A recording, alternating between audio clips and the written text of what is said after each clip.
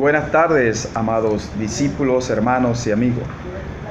En esta oportunidad, a través de su programa Las Reflexiones a la Luz de la Palabra, quiero traer un tema el cual es un condensado de la enseñanza que di el domingo en nuestra iglesia Cristo la Luz que Resplandece sobre las cárceles espirituales. Y es que la semana pasada estuve hablando con algunos hermanos y conforme pues algunas confesiones de ellos, los hermanos en la fe, llegó a mi mente un pensamiento. Y ese pensamiento me trasladó a la época de José Gregorio Monagas en el proceso de la abolición de la esclavitud, la cual fue firmado ese decreto el 24 de marzo de 1854. Y en dicha época existieron eventos históricos que es importante resaltar, como aún habiendo alcanzado la libertad muchas personas, las cuales estaban sometidas a la esclavitud en ese tiempo, ellos en su corazón seguían siendo esclavos, eran libres, pero seguían siendo esclavos. Y algunos de ellos se negaban a abandonar las haciendas como hombres libres, queriendo seguir en las haciendas como hombres esclavos. Pero a pesar de que esto es algo impresionante, hay una esclavitud aún mayor, aún más profunda, la cual nos podría llevar a una esclavitud eterna, a un hogar de eterno tormento. Y esa es una esclavitud pues que hoy quiero llamarla la esclavitud espiritual, que es la que nos conduce al pecado. Y en la epístola del apóstol San Pablo a los Romanos, en el capítulo 6, verso 16 al 19, expresa con claridad lo siguiente: ¿no sabéis que si os sometéis a alguien como esclavo para obedecerles, soy esclavo de aquel a quien obedecéis, sea del pecado para muerte o sea de la obediencia para justicia? Pero gracias a Dios, que aunque eras esclavo del pecado, habéis obedecido de corazón a aquella forma de doctrina a la cual fuisteis entregado, y libertados del pecado, vinisteis a ser siervo de la justicia. Hablo como humano por vuestra humana debilidad, que así como para iniquidad presentaste vuestro miembro para servir a la inmundicia de iniquidad, así ahora para santificación presentad vuestros miembros para servir a la justicia. Mis amados discípulos y hermanos, una prisión física se va construyendo de ladrillo a ladrillo.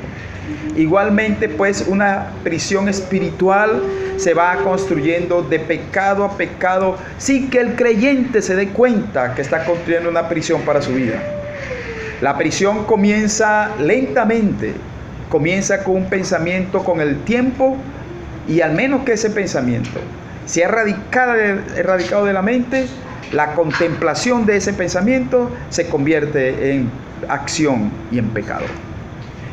Con Satanás, a través de este pensamiento, prometiendo falsa felicidad como la recompensa para hacer la tentación, el pecado va ganando fuerza en la vida del creyente a través de la repetición del mismo, hasta que nuestra conciencia es finalmente dominada.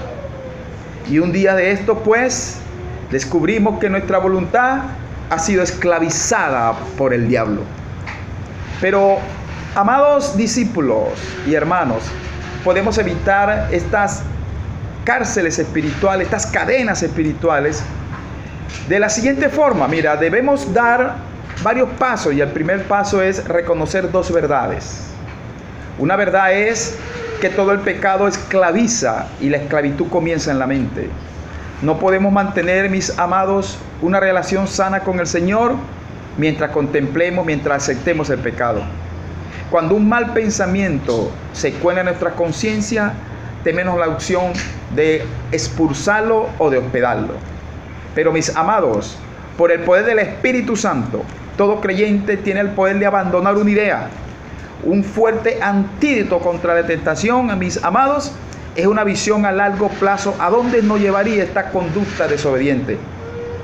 Pero encima de todo esto tenemos un segundo paso. Y ese segundo paso es que debemos preguntarnos, por el placer de este pecado, ¿vale la pena vivir en esclavitud? Inevitablemente la respuesta debe ser no. Oh, mis amados, el tercer paso es que debemos ordenar nuestra vida según las Sagradas Escrituras. Es decir, elegimos hacernos esclavos del Padre Celestial porque en Él encontramos libertad verdadera. La palabra nos capacita para reconocer el pecado y expulsarlo de nuestra vida, de nuestro corazón.